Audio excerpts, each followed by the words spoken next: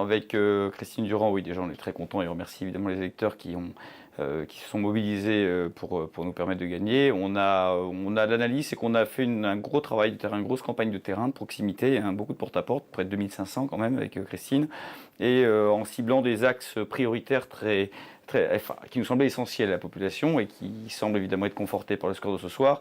L'emploi, bien évidemment, le soutien aux plus fragiles, tout ce qui va être infrastructure et puis la sécurité, puisqu'on avait évidemment des problématiques de sécurité aussi à défendre en matière de caserne, par exemple. Donc, ce qui nous a conforté, c'est de voir que les choix qu'on avait faits, cette proximité, on est aussi tous les deux issus du monde de l'entreprise, on n'est pas des politiques professionnels, cette nouvelle typologie peut-être d'élus, l'équipe qu'on formait avec nos deux remplaçants semblait correspondre en tout cas aux attentes.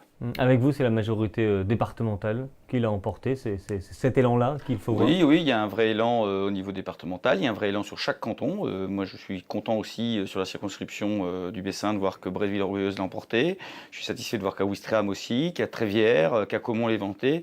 À chaque fois, c'était des enjeux différents. Des candidats étaient contre des candidats socialistes ou des candidats Front National. Donc chaque enjeu était bien particulier. On s'est tous battus, on s'est tous aussi pas mal entraidés, c'est important, puisque dans le travail qu'il y aura à faire pour la suite, c'était aussi important qu'on bâtisse, j'irais presque déjà les partenariats. Je peux parler de Michel Fricot qui l'a retrouvé à Ouistreham, je pourrais parler de Philippe Laurent et de Véronique Martinez sur Bretteville-Orgueilleuse, Jean-Pierre Richard à Trévière, voilà, donc déjà ces partenariats qui nous permettront d'avoir une cohérence territoriale.